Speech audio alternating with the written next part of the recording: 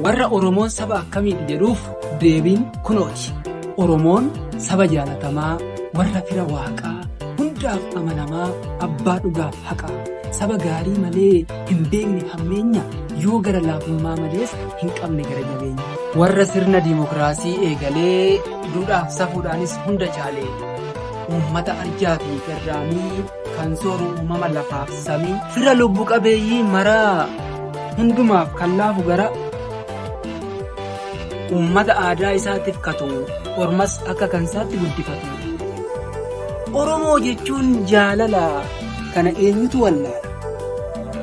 Warra sirna diimokiraasii eegalee duudhaaf safuudhaanis hunda caalee, uummata arjaa fi garraamii kan sooru uumama lafaaf samii, fira lubbu qabeeyyii maraa hundumaaf kan laafu gara saba aadaa isaatiif katu, ormas akka kansaatti guddifatu. Oromoo jechuun jaalala, kana eenyutu wallaala?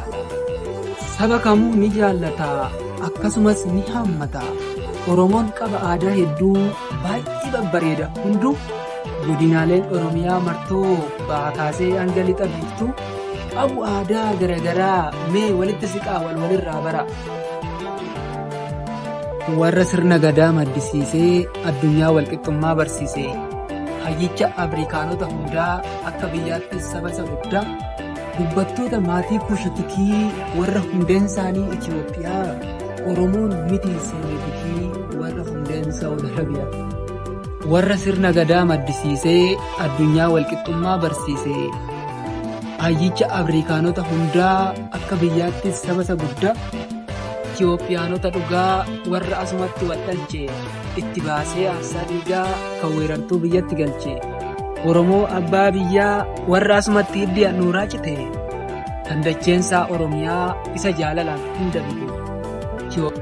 Warra fardeenii fi miilaan fiigee faranjiirraa morma kutee, warra biyya isaa fiigee sadarkaa biyya isaa ol bute, warra gootummaa ilmaan isaa dhaabsisee Oromummaa addunyaatti agarsiise, warra tollii fi lolli irraa baratamu, warra manni fi falli irraa argamu, sabboontota qaqqaalii biyyaa kan biqilchite dacheen Oromiyaa, warra tokkummaa fi jaalala amanu, warra mudaa namaa kafatu, warra gootummaa ilmaan isaa dhaabsisee Oromummaa addunyaatti agarsiise, warra tollii fi lolli irraa baratamu, warra manni fi falli irraa argamu, sabboontota qaqqaalii biyyaa kan biqilchite dacheen Oromiyaa. Oromoo ta'uun ayyaantummaadha, waa'ee Oromoo haasa'uun ogummaadha.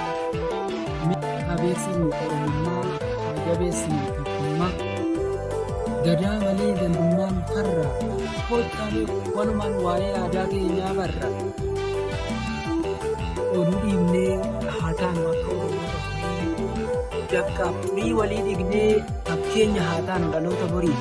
Isin jaalatamtoota aadaa fi afaan Oromoo barsiisuu barachuun akkumatti fufetti jira.